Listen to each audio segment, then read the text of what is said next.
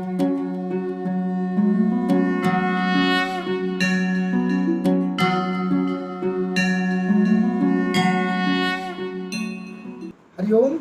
आज 13 सितंबर दिन सोमवार।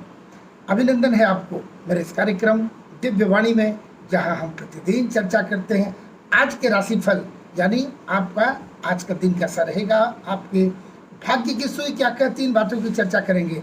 और साथ ही साथ उसके पूर्व हम पंचांग की भी चर्चा करने वाले हैं, जहां हम प्रतिदिन यह बताते हैं कि किस मुहूर्त में कौन से कार्य करने चाहिए, किस मुहूर्त में कौन से कार्य नहीं करने हैं। इन सारों बातों की चर्चा करेंगे, किस दिशा में जानी चाहिए, किस दिशा में नहीं जानी चाहिए।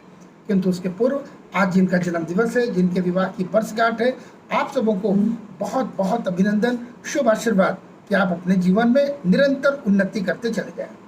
स्मरण भी करा दूं, यदि मेरे YouTube चैनल को अभी तक आपने सब्सक्राइब नहीं किया है तो कृपया कर ले, ताकि मेरे सारे वीडियोस आपको निर्बाध रूप से निरंतर मिलती रहे।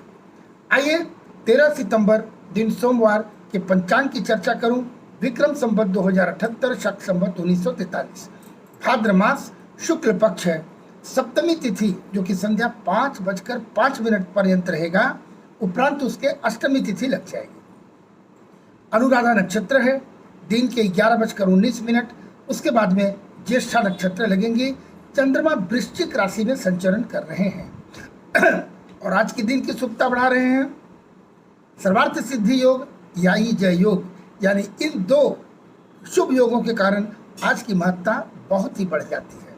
अभिजीत मुहूर्त की चर्चा प्रतिदिन मैं बहुत विशेष रूप से करता हूँ। अभिजीत मुहूर्त के अंतर्गत किया गया कोई भी शुभ कार्य यह चिरकाल तक शुभ फलदायी होता है।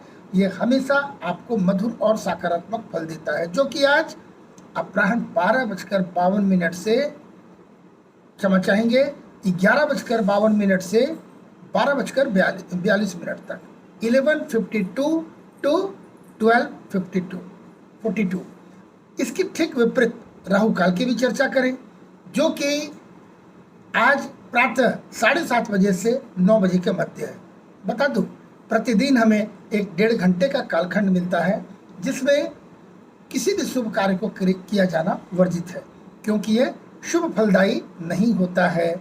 और आज आपको पूर्व और आग्नेय दिशा की यात्रा करना वर्जित है। हो सके तो टाल दें, किंतु अति आवश्यक हो, यदि टाला नहीं जा सके तो आप आईने में अपना मुस्कुराता हुआ चेहरा देखकर माता रानी के चरणों में प्रणाम निवेदित कर अपनी यात्रा का प्रारंभ करें। आपकी यात्रा मंगलमय हो। अब आइए बिना विलंब किए हम राशि की चर्चा करते हैं। 12 राशि की चर्चा करेंगे। सर्वप्रथम मेष राशि।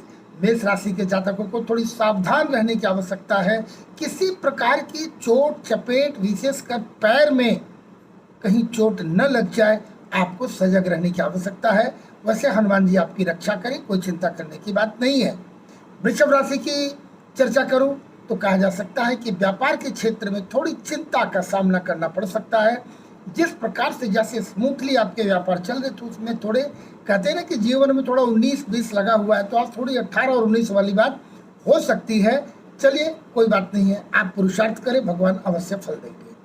मिथुन राशि की चर्चा करना चाहूँगा तो बताऊँ, शत्रु घात कर सकता है। शत्रु पक्ष से सावधान रहने की आवश्यकता है। कहीं ना कहीं वो ताक में है आपको परेशान करने के लिए। आप सजग रहें, अपने आप को भगवान के चरणों में समर्पित करें, आपका कोई बाल बाका न कर पाए। कर्क राशि की चिंता करूं तो कर्क राशि के जातकों के संतान को परेशानी का सामना करना पड़ सकता है। वैसे कर्क राशि के जातक जिनके संतान किसी प्रकार की उन्हें परेशानी ना हो जाए, थोड़ी खबर ले ले, ध्यान रखना है बच्चों पर, बाकी सब मां मंगल करेंगे। सिंह राशि की चर्चा करूं तो मैं बता दूं, घरेलू वातावरण थोड़ा अनुकूल नहीं रह सकता है।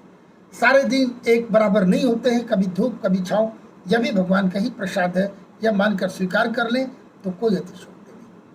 आइए कन्या राशि की चर्चा करूं तो मैं बता दूं, भाई को किसी प्रकार का कष्ट हो सकता है। आपकी राशि यह कह रही है आपके भाई को किसी प्रकार के कष्ट होने की संभावना दिखाई पड़ती है। आप उनका खबर रखें, उनका भी ख्याल रखें, एक बार पूछ ले, आवश्यकता पड़े किसी प्रकार की सहयोग की अवश्य हमें करनी चाहिए, यह मानकर आगे करें। तुला राशि के जातकों को बताना चाहूँगा, आपने जो कुछ धन संचित कर रखा था, स्टोर्ड मनी, जो कभी काम आएंगे, वो थोड़ी उस पर किसी प्रकार की हानि की संभावना बनती है। भगवान ना करे वो पैसा कहीं गुम हो जाए, या अनावश्यक खर्च हो जाए, या व्यर्थ के खर्च में चले जाएं, धोखे में कहीं खर्च कर लिया और बाद में अंदाजा लगा इसकी आवश्यकता नहीं थी। तो इन बातों का ख्याल रखना है। वृश्चिक राशि की चर्चा करूं, मानसिक अवसाद की स्थिति आती होगी। मैं तो अवसाद शब्द के बारे में बोलता हूँ, ये शब्द तो हमारे जीवन में इसके दूर दूर तक नहीं होने चाहिए, किंतु सांसारिक जीवन है, कई प्रकार की चिंताएं बाधाएं आती हैं, मन कहीं न कहीं विचलित सा हो जाता है, तो मन थोड़ा अवसाद, जिसे आज बहुत जोर से लोग बोलते हैं बड़ा डिप्रेशन में चल रहा हूँ, ये डिप्रेशन का डी हमारे जीवन में नहीं होना चाहिए। भगवान हमें उमंग करने के लिए इस पृथ्वी पर भेजे हैं, उत्सव के लिए कारण कई कभी आते हैं, उससे भी भगवान का ही प्रसाद स्वीकार कर लेना है। तो ये अवसाद उसाद वाली शब्द जीवन में नहीं आनी चाहिए। भगवान आपको शक्ति दे, ऊर्जा दे। धनु राशि के जातकों को बताऊं कि वैद्य चिकित्सक यानी डॉक्टर के पीछे, मेडिसिन के कहीं कुछ औषधि के पीछे खर्च होने की संभावना बनती है। शरीर है, मौसम बदल रहा है, मौसमी चपेट में आ सकते हैं, थोड़ी दवाई की आवश्यकता पड़ सकती है, उसमें खर्च होने की संभावना बन रही है। मकर राशि की जातक को बताना चाहूँगा, आपने योजना बनाई थी, सारे प्लानिंग कर रखा था, उसे कार्यरूप देना है, लेकिन अब लग रहा है किसी प्रकार से योजना रुक सी जाएगी, अटक सी जाएगी। चिंता नहीं करेंगे, अपना पुरुषार्थ करेंगे। यदि भगवान रोकते भी हैं सारे प्रयत्न के बाद, हो सकता है इसके पीछे कोई भलाई हो। ऐसी सकारात्मक भाव से इसे भी लें और चिंता न करें। कुंभ राशि को बताना चाहूँ, विशेषकर कुंभ राशि के वो जातक जो अपनी नौकरी पेशा में लगे हैं, उन्हें बताना चाहूँ कि नौकरी के क्षेत्र में थोड़ी परेशानी आ सकती है। वरीय अधिकारियों का थोड़ा कोप भाजन का शिकार बनना पड़ सकता है, आप सावधान रहें। गार्जियन है, अभिभावक ही है वो कार्यालय में, कभी ऊंचे बोल सकते हैं। अंतिम राशि मीन राशि की चर्चा करूं तो कह सकता हूं कि आध्यात्मिक अवनति के योग है। ये बहुत ही विशेष रूप से इस पर हमें सजग रहने की आवश्यकता है।